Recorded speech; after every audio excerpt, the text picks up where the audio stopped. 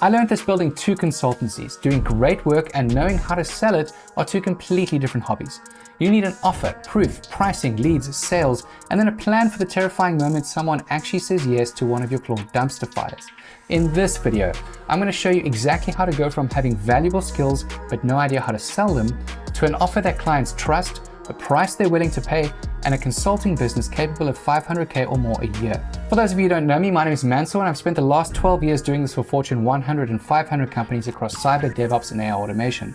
This is the definitive guide to getting started with AI consulting. Let's get into it. So the first thing you need to understand about getting a company to 500K is that there are many hoops to jump through in order to convert the number of clients that you need to get to the point where you want to go.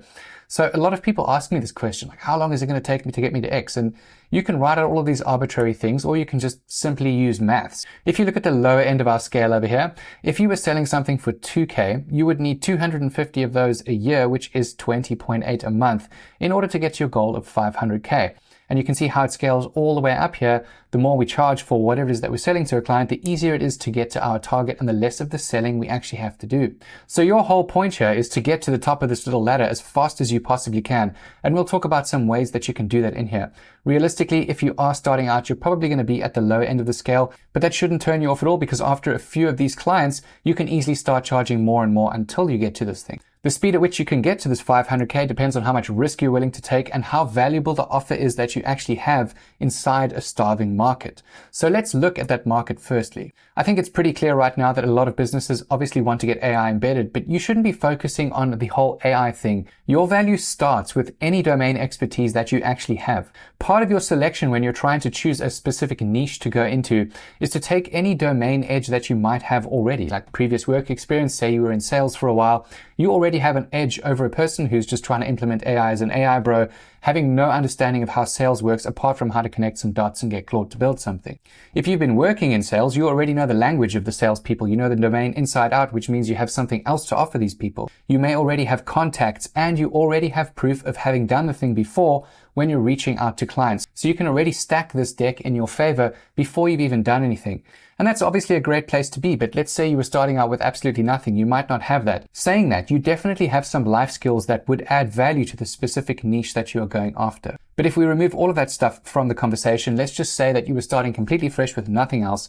The only thing you can then focus on is the market that is in front of you. And you definitely want to focus on a starving market. They need to have very clear visible pain. So if they are not taking action, this is hurting their business in some way. You need to make sure that these people actually have money, aka buying power, because if they don't, then they can't afford your services, in which case they're pointless. You need to be able to find these people, whether it's by LinkedIn, cold email, a live event, whatever. They need to be contactable somehow. And you also need to be able to deliver the services to them. If they only want someone on site, if you're in another country, you obviously can't do remote work for them, so it's completely pointless as a lead for you. And then finally, if they have some form of urgency, that ties in with the whole pain point over here, and that means that it's a really good market for you to choose. And I like to tell a story behind this sort of thing. When I was growing up, there was this dude who would pull his little wagon outside one of the clubs that we used to go to. And by 2 a.m., when everyone could hardly walk out of the club, they would always save just enough money to buy one of this guy's hot dogs. Even though you were most likely going to get food poisoning, everybody still bought his hot dogs because he was the only guy in a walkable radius to get food. You want to be like that guy inside this market, the only hot dog stand with a whole crowd of drunk people with nothing else to eat who will literally throw money at you and fight one another for one of your poisoned sausages. That is the type of market that you want to go after. So the TLDR here is I help this type of buyer solve this expensive problem using this methodology, or because they need to act now because of whatever reason that might be. Cool. So we understand we need to pick a starving market, but now we need to understand something even more important, and that is, what the hell are we actually going to sell these people? And that's where the offer comes into play. This is the most important part for you to understand for yourself and your business, because if you don't understand that, there's no ways you can articulate that to an audience, in which case you will never close a sale. So for our analogy over here, we're going to use the ATOM framework. This is what I use for my business, Atomic Ops, and it's pretty straightforward in how it works. This thing has been around since consulting was invented many decades ago, and it is the exact same process I've used through AI, DevOps, automation, cybersecurity, whatever. You just replace the tool and use the same methodology. And it all starts with the audit. This is where you diagnose and map the business's problems and develop the strategy so that you get a clear picture of what the business is actually capable of achieving before you go into the next phase, which is the transformation.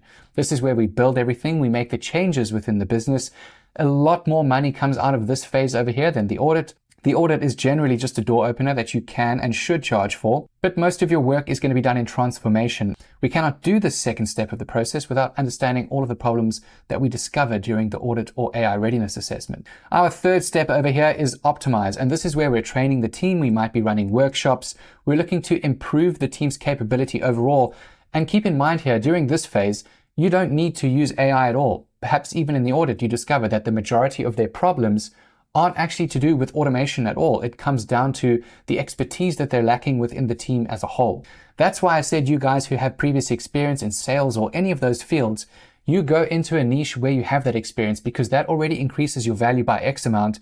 And a lot of the work that gets done behind the boring processes and things like that, your domain expertise caters for that already. But I digress. That kind of ties into this third step over here. The point is we're trying to drive that adoption, because unless nobody is adopting what you have just done, everything you've done is pointless, in which case the engagement dies here and you get a bad reputation. The final part of our process over here is maintain. A lot of people just build something and then they bail. That's the worst approach, because maintenance is ongoing. Things get upgraded, things break.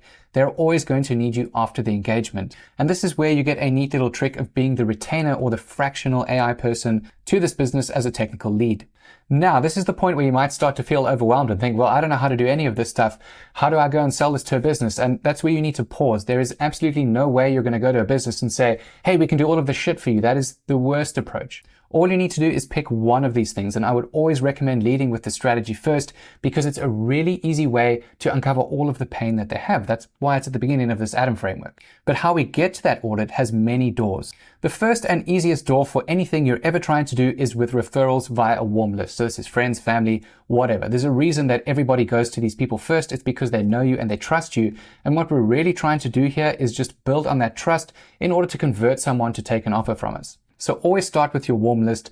Don't try and sell something to your friends. That's just ridiculous. Tell your friends what you're currently doing, how it's going, and if they know anyone that might be interested in this type of thing, they can just let you know. Of course, it depends how well you know them. Maybe you could just say, hey, I'm doing this now. Can you help me out? I'll leave that part to you. I'm sure you can figure that out. But for the most part, don't try and sell to your friends, because it comes across as a bit icky.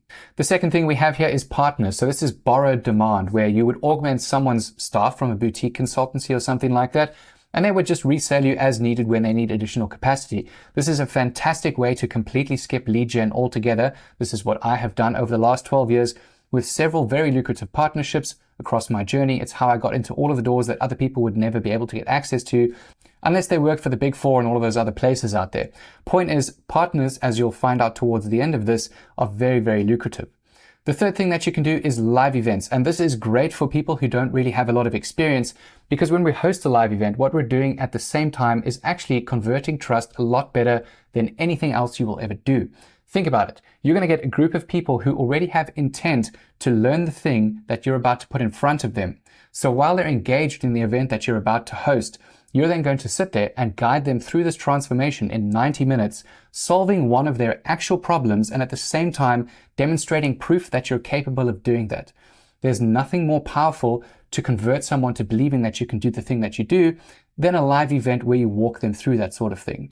So it's fantastic for those of you who don't have experience, because people who are in that room, they're not going to stand there and say, oh, well, can you show me who you've done this for previously? They don't give a shit. You got them in the room. All you have to do now is make sure that you can deliver on what you promised for that event. Our fourth door here for a paid audit is to go and actually rebuild someone's website. You can easily do something like show somebody what their website currently looks like and then what it could look like. And then at the same time, you can also use Google Maps to scrape all of the bad reviews from whatever it is that they do and put together a list of solutions of how you would solve those. So while you're building their website, the website's totally going to need a whole new experience behind it with automations and AI placement, in which case you've built their website, you've proven that you can do the thing that you do, you've already showed them a taste of where most of their problems are by scraping all of those reviews, you've built them some kind of report of where you could fix that, and then you say, hey, I think we should audit the rest of this, figure out where the pain really is, and after that I can take you through the rest of this process. That's why you shouldn't only be focusing on a website build, because really that's turning into a commodity. Finally, here we have content. This is extremely powerful. The problem is it can take a long time to actually get a bunch of people to get that trust behind you and convert them into something that buys. You might also need a bunch of subscribers to do that. Those subscribers aren't everything anymore on YouTube because the algorithm has changed. But for the most part, every single one of these things will get you to a paid audit. And once we get that paid audit done and you've proven your expertise, the rest of these doors open themselves. Next up, we really need to understand what value is, because even if we've got this awesome offer, if we don't present it in a way that matters to people, you're not really going to get much out of it. So if we look at the value equation over here, made famous by Alex Hormozy, of course, we see that at the top we have the dream outcome, and this is what you want to increase, the likelihood that they're going to get to this dream outcome, which is usually the exact opposite of the pain that they are currently in. The second thing here is that you need to increase the belief that these people would have in whatever it is that you're trying to put forward to them as a solution. The things that we want to decrease are the time, effort, and energy that it takes in order to get that thing. So your goal here is for these top things to increase them, and the other ones you need to decrease them. And there are multiple ways that we can do this, as I'm about to show you. But first things first, we need to get very clear on our offer over here. So clear that we understand it better than anyone else ever will. Because until we do that, then no one else ever will understand your offer. And there are different stages, right? Before you get in front of someone, there's going to be a whole bunch of things that you need to get through.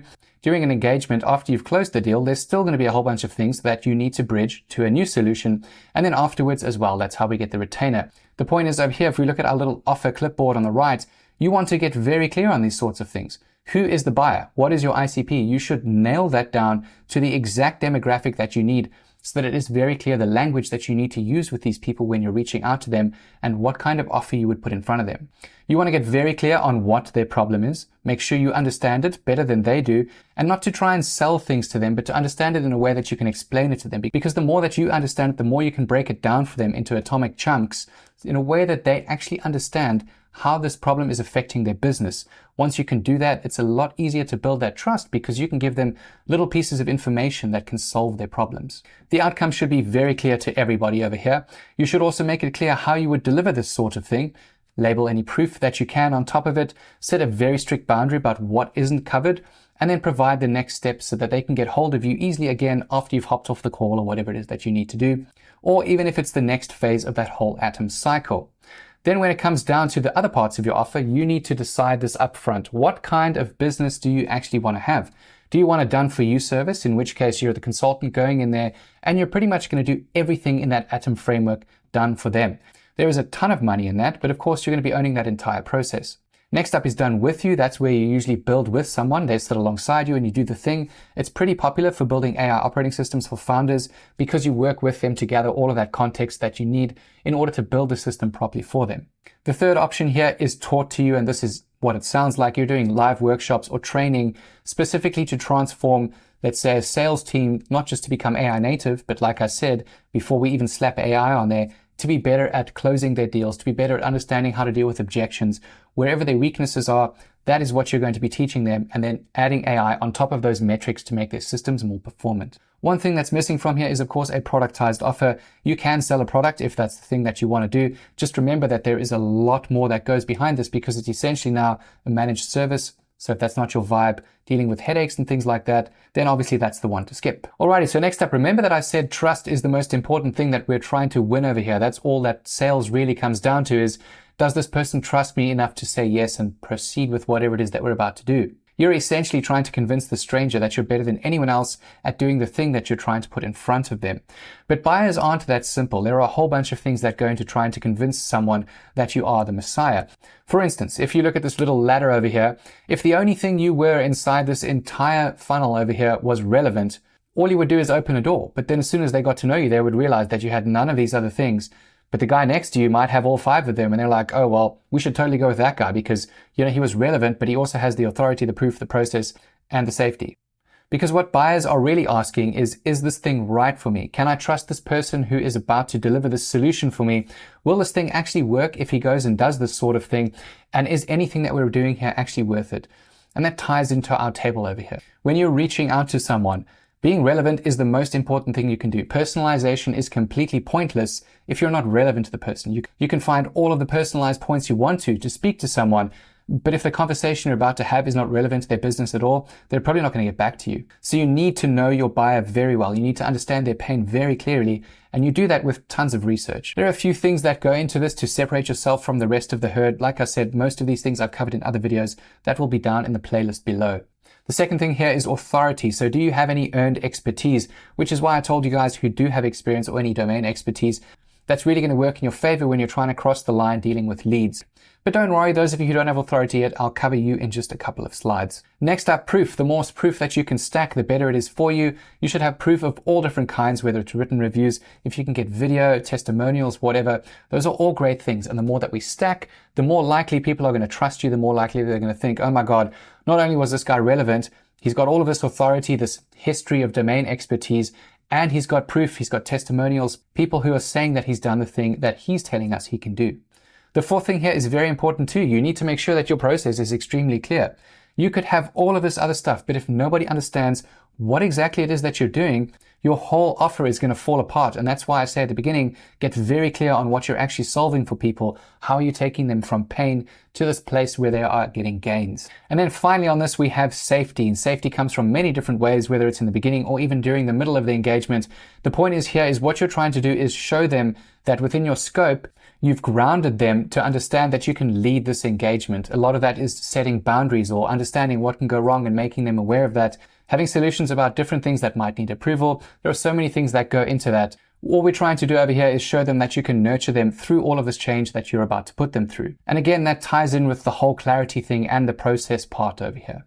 The TLDR of this slide is that you never want to ask for trust. That is not what you're doing at all. You're just showing them reasons to trust you. So how do you solve the problem of having no experience, but needing to showcase something in order to stack proof to a client in order to close an offer? That's obviously a whole chicken and an egg problem over here, but it's quite easily solvable. The first thing that you need to understand is that everyone, everywhere, is faking it until they make it. Now, that's obviously generic, trashy advice, and that's not what I'm endorsing here. What I am saying, though, is that your ability to appear confident and then market yourself accordingly is what is going to get you through these doors that you don't have right now. There are various things that we can stack that are actual experience that would help you showcase this kind of solution to an end client. For instance, if you already have domain work, I keep harping on about this because if you have it, you can use that to stack some baseline knowledge. Yes, I've been working in sales for 8 years and I've been doing AI for 1 year. That 8 years of doing sales is already more than enough credibility to say, okay, cool, here's the doors open. This is what I can now do. The second thing that you can do here is produce content. You definitely should be starting this as early as possible because content will be the longest journey that you walk. The sooner you start it, the sooner you can get a following and start showcasing this expertise. The reason that I keep bringing up the word showcase is because that's kind of the modern equivalent of building trust very, very fast. If you look at most of the channels on YouTube, they grow way faster than any other type of niche because with AI, not only are you showcasing a build or something flashy, but in doing so, you're showcasing to somebody how you solve the exact problem that they have with the model. Now, a lot of people just bullshit their way through this and people with experience can blatantly see that. But that doesn't take away the point from you that that is how you can make money from this by being better than those people firstly, but secondly, you're still doing the same thing. You're showcasing that expertise. The third thing that ties into this is lab and simulation. Most of you will say, I don't have any working experience. I don't know how to implement this at a client. Well, you have an entire Claude operating system that can literally simulate endless client scenarios for you, that can take part of the delivery part of you that you're afraid of. The part of you that doesn't know how to do sales calls and all of that other stuff, that's where GPT voice comes into play. You can get your reps in before you actually get on the sales calls. So simulation is very important, particularly in building that confidence. But in doing these simulations and building out these solutions for yourself, you're showcasing your own expertise. Your business runs on the exact solutions that you're about to sell to someone else. And when you tie that into showcasing it on content and also attaching it to your domain expertise, you are slowly stacking this value ladder. Even though you don't have case studies, you've built far more proof than the majority of people have. So then the easiest next step over here is to take all of these kinds of things and perhaps do a live workshop or something like that. Get people into the event. Once you've done that and you've walked them through their own solution, they've seen that you can do the thing, you've transformed them live in front of you, they're more likely to refer you to the business that they work in or refer you to their friends' businesses because they've seen what you can do. So that completely obliterates the need for any kind of case studies because you will have already had your own live case study that this person is then going to refer you to. So the working demo is how you get in front of people. The lab is how you feel confident within your own ability to do so.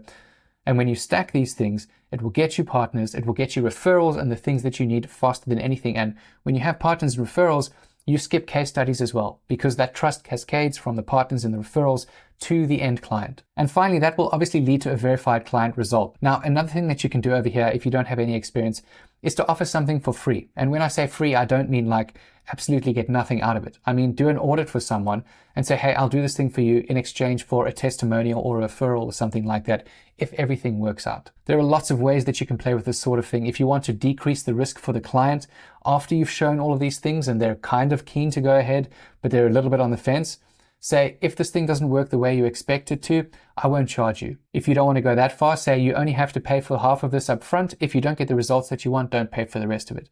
Lots of different guarantees you can attach to decrease that risk to the offer as a newbie. One little side note to all of this, I'm not the moral fun police. I'm not here to tell you what to do, but I will tell you what I've seen in my experience. In my 14 years of travels from South Africa to London to the US, I've never met a single business, consultant, or anyone who literally sold themselves word for word at true honesty. I don't think that works. Marketing is the literal opposite of that. The line for me that I kind of draw over here is, if I'm going to be a cowboy consultant, I need to make sure that I can back up whatever it is that I'm about to sell to someone. So as long as you end up delivering on your promises to the client, I don't think there's any harm there in this sort of thing. Don't be that kind of dick who goes into a business and sells something that you have absolutely no idea about. Not only will you ruin your own career, but you're also really screwing that company over because they're investing their time and their money and their team's effort into trusting you. So that's a real dick move to take that kind of thing, and that's where I would draw the line. Always be able to back up what you're promising to deliver to a business. Everything around that is really irrelevant to me because it comes down to, do you want to be poor and lose? Or do you want to figure out a way that you can get ahead and make sure that you actually deliver on your promise to the client and everybody wins? The only way that you're ever going to climb this ladder and win in pretty much any game is if you take risk, and the reward that you get is directly related to that risk that you take. The more risk, the more reward. There's a reason that expression exists. These bottom 3 steps over here are the easiest way for you to know that you can confidently deliver to any client. So there should be no kind of disconnect here between the one and the other. Okay, so we found our market, we nailed our offer, and now we need to figure out how the hell to actually price this thing. This again comes down to the type of client that you're working with and the experience level that you might have. For instance, for me, I do most of my stuff in time and materials because my day rate is ridiculously high after 12 years of doing this, and in Fortune 100. Most of them prefer working towards this, but again, that day rate outweighs anything else that I would get over here. So I don't mind my specific time being fixed to this actual solution that I'm putting forward. For most of you, that's probably not going to make sense. And that's where value-based pricing comes into play. With value-based pricing, what we're doing over here is it's pretty much just fixed pricing, but it's based on the value that you would bring to their business for the solution that you're about to implement. For instance, say you were going to be going to their sales team and they were trying to do lead research and bring in some new leads to the company.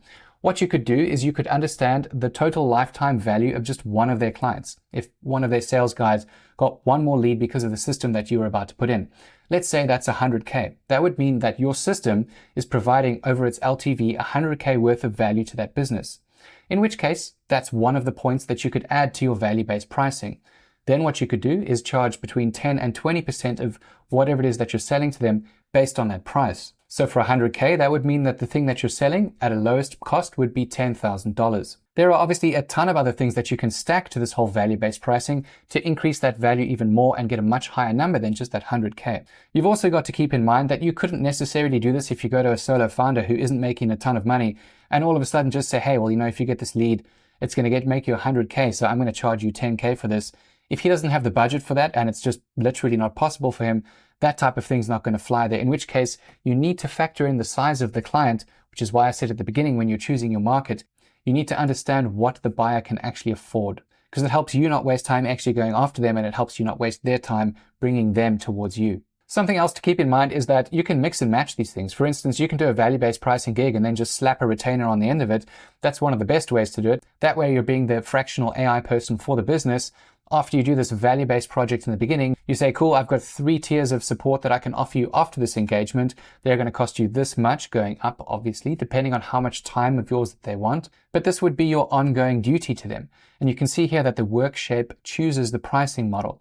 So again, it all comes down to the engagement type that you're going after. But there are a ton of things that can change the fee, and you need to factor most of these in when you're coming up with the price. For me, I never give somebody a price range. I think that's ridiculous. You really want to be specific on this type of thing, and I also don't negotiate with people because I don't think my time or my value is negotiable, especially when I understand their product and their market and their pain points better than they do. So this little page over here is definitely for you. You're not going to give them a menu of all of the things that will affect this type of pricing. This is for you to understand before you go to them with the price. Because of all those things I listed on the previous slide, they're affected by these. If we look at the outcome economics over here, how much pain do they currently have? If they don't act on this now, what is it going to cost the business?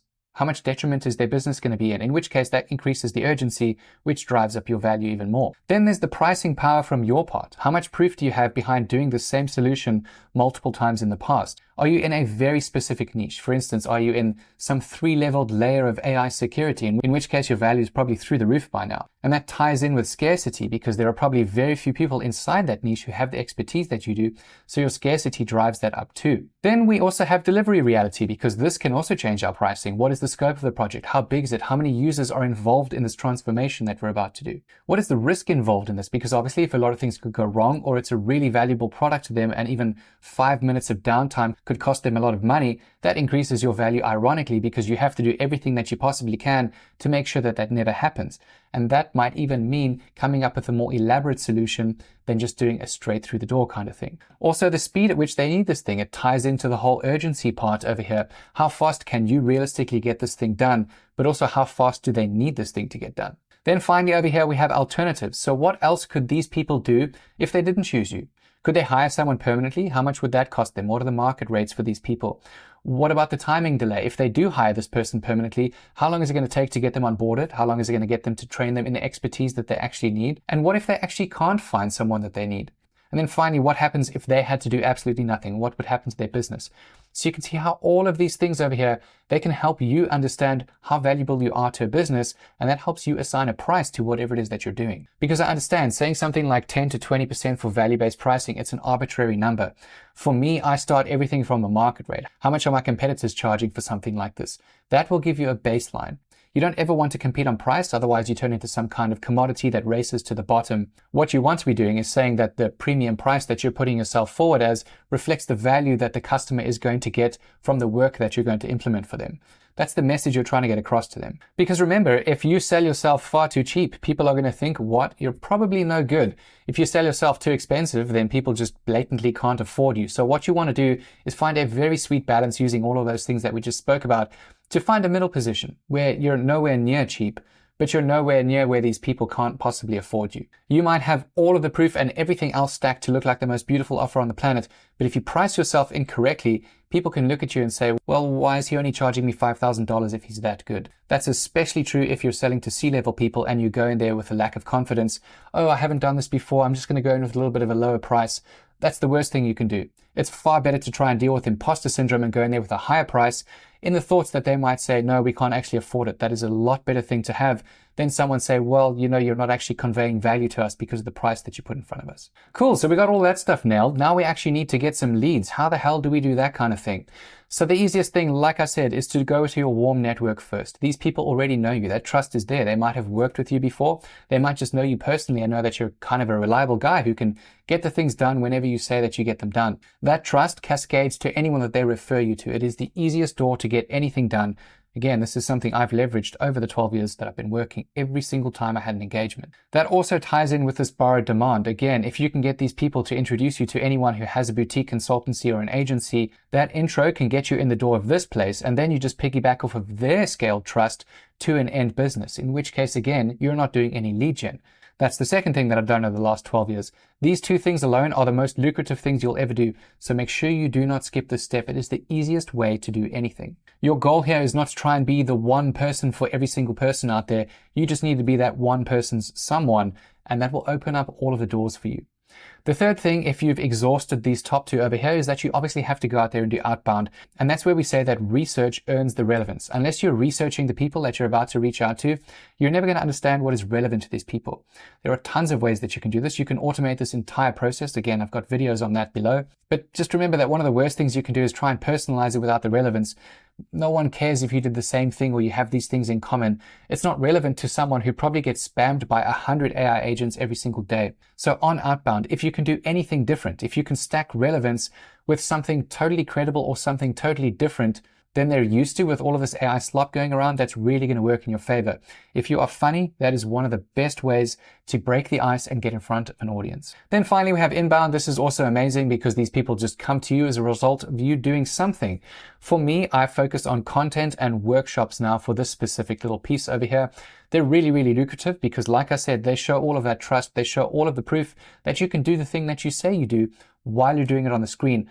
A lot of the time, the sales calls book themselves from this type of thing. The only downside is this is much longer than going through these two at the top over here. And the pipeline is something that should never stop. Once you get a lead, don't be like, yep, cool, I can turn this off now. There are things you have to understand. A sales cycle is not always a few days. Sometimes it could be weeks. If it's a larger client, it can even take months. So you always need to be having some kind of lead system running. Whatever that pipeline is, make sure it doesn't stop, because you don't want to fall into this cycle of having to worry about not having any money coming in, as opposed to just keeping on every single day doing at least one of these things and keeping those leads flowing. So who do we target as a part of this? Well, like I mentioned earlier, you would have had that little checkboard, if you remember, and on that checkboard, you had your buyer, you had your ideal client profile that you would want to focus on. So you have very clear intent about who you're going to be selling to, what their very expensive problem might be, and the outcome that you're going to be delivering to them. For instance, it could be selling an AI operating system to founders who have no time to focus on the thing that really matters to them. So you're solving the costly problem of them not being able to do the thing that they want to do. Maybe they're coaches and they want to coach their people more, but they have to spend all their time doing lead gen, bringing people into their pipeline, nurturing them, maybe a whole bunch of community admin, whatever the hell it is. So your outcome would be to flip all of those pain points into this happy little place where that problem doesn't exist. That is the transformation that you're offering them, and it needs to be very, very clear. So when we're searching for these people, we obviously might be looking for companies. If they're solo founders, they're still going to have a company, but there might be a few other things that we would want to look for. Do we know any people who might be able to introduce you to this company? If not, who is the contact of this company? Who are we reaching out to? What is the trigger that we have identified that might make them want to buy or read the message that we're about to send them? Have we seen any job posts? If they're looking to hire someone permanently, perhaps you can get your way in there even as some fractional support until they find that person. Perhaps you could even convince them that they don't need to hire perm as long as they keep you around. If they're hiring for additional sales capacity, what if you could remove that need for additional sales capacity by enabling their current team to get far more output than they currently have? And that will also stem from this pain signal over here. You will have identified their pain from the research that you've done. You also want to make sure that you're looking for any disqualifiers, because if there are things that turn you off from the client, obviously you don't want to spend much time investigating these people anymore or even pursuing them. It all depends on how many of those things stack in your favor or not. And then finally, whatever system you're using to build all of this for you, make sure that it provides evidence to you. You want to make sure that all of these pain signals and job posts and whatever it found for you has the citation, it has the evidence, so that you can bring that up later on if you need to. So relevance earns the reply. We've already spoken about this. If we break that down, it looks like this. We have a person. Who are they? We need to make sure we understand exactly who they are, who we're reaching out to. The company that they work for. What is happening at this business? Are there any signals online that we can find that tell us changes that are taking place or any pain points that are taking place that we can address with the solution that we have? Are they sharing any signals? Are they posting about hiring? Did they just get a new seed round for whatever it is that they're developing? What live signals can you see where they might want to act now on any change that you put in front of them? The fourth step here is to provide them value. Give them something that's actually useful, something that's tangible. I'm not talking about a boring PDF. That's not valuable to anyone. If you've really identified a problem and seen that they're trying to take some form of action, you could piggyback off of that and offer them something that solves that problem for free. I'm not suggesting transform their entire business here, but you could at least do a little snippet of the audit, perhaps a 30-minute audit call, something like that, just to get them to gain a little bit more trust on that call and showcase your expertise. The problem with that, though, is that getting them on the call is asking for time before you've actually given them something, so you need to think about that. One of the easiest ways around that is to stack any previous proof that you have into that kind of message. We solved this exact problem for 2 other businesses in your exact same niche. This is how we did it. Do you want to chat about the solution? That sort of thing. That way you're giving value and you're stacking the fact that you have proof of historical wins into the same message. But ultimately what we're trying to do here, apart from relevance, is one, respect their time, but also to be extremely clear about what it is that we can offer them in as little text as possible, because these people get tons of messages every single day. And a part of this, we want to try and break that pattern by injecting humor, do something different, do something that stands out, without telling them that you've kidnapped their kids and holding them down in your basement. Don't do one of those messages. You see a few of them lying around on LinkedIn, whether or not they're real. Just don't be that person. Okay, so you got these people on a call. Now what are you supposed to do?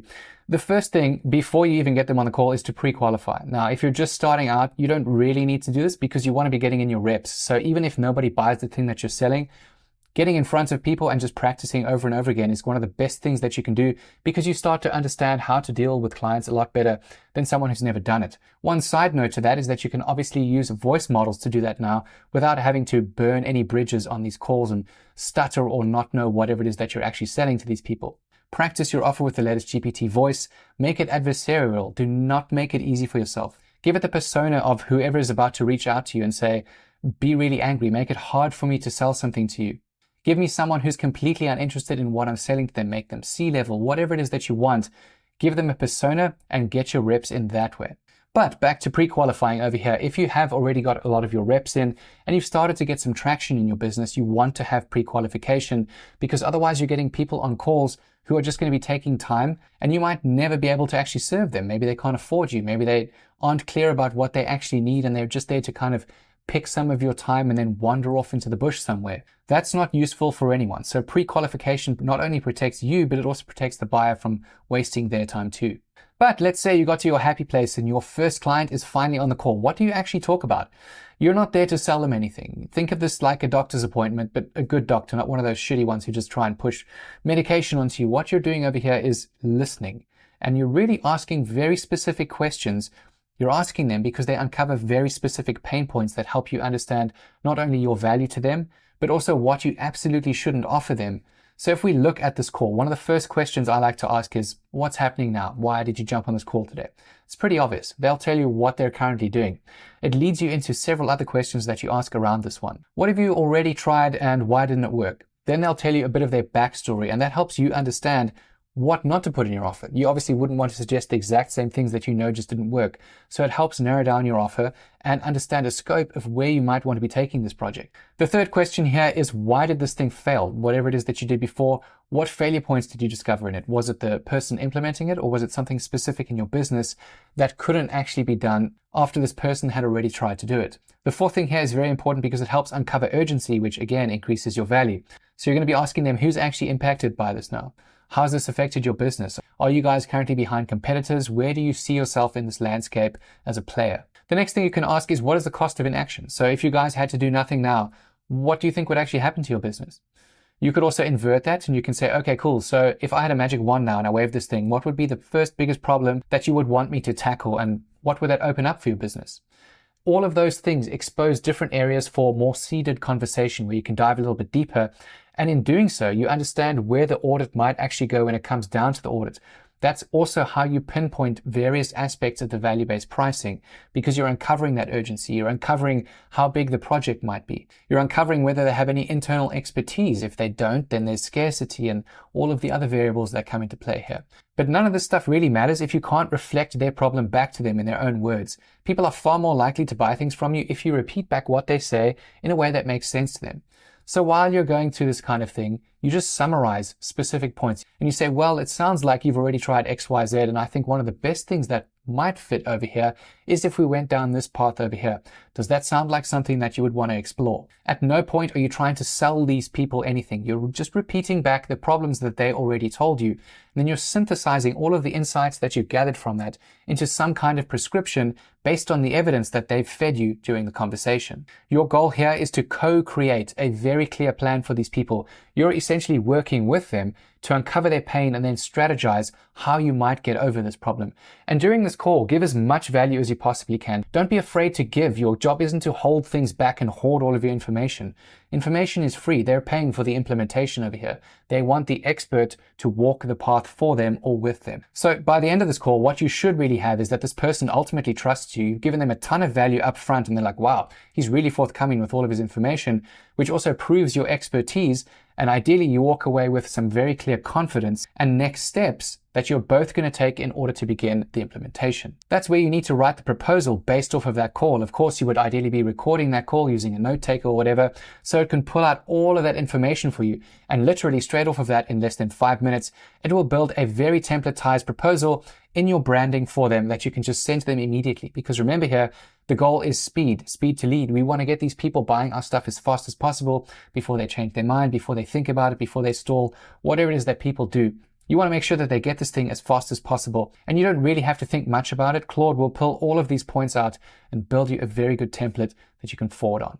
And you don't even have to think about these points because Claude is going to write the deal from the diagnosis. It's not a static template anymore. It's a literal transcription of the conversation you just had, summarized in their own language, and then you've stated the solution and the milestones and the evidence of how you're going to take them to where they want to go. Fantastic. They said yes, but now what the hell do you do between the phone call you just had and by the time you actually get on site?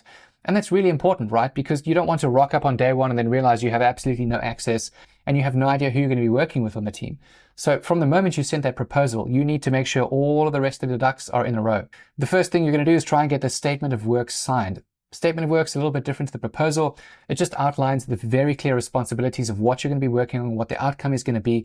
You're going to make sure that you have boundaries in there around things that you're not going to cover, what they can't expect from you, stuff like that. It's very important to protect you and the client on a value-based project where you might have offered some form of guarantee behind it, because then they can just turn around and say, well, you didn't actually meet the definition of done, so now you have to fix all of this for free. Very important to make sure you nail that down. Billing terms need to be very clear over here. Are they going to pay you half up front and then half on completion, the whole thing up front?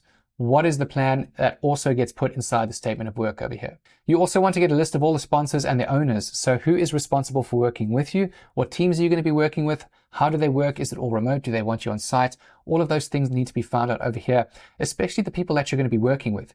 You need to understand who they are. You can do research once you find out their names, just to get a little bit of a background before you actually meet them.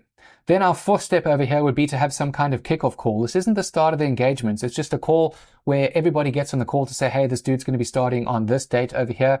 This is an introduction. This is what he's going to be doing. And that's where you ask all the rest of these questions and gather all of the information that you need. How do they like to communicate? Is there a Slack group that you could create for async communication while you're on this project so you don't have to keep hopping on calls, or just that they can ask you questions while they're trialing out the new solution that you put in for them? What types of access and permission do you need before you get to your day one engagement over here? Like I said, you don't want to arrive and realize you can't log into anything, or they need to speak to IT to give a whole bunch of people access or a sandbox to play in.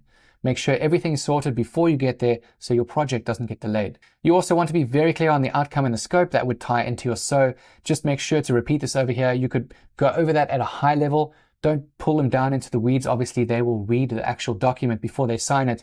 But you just want to talk about what we're going to be working on as soon as this engagement starts.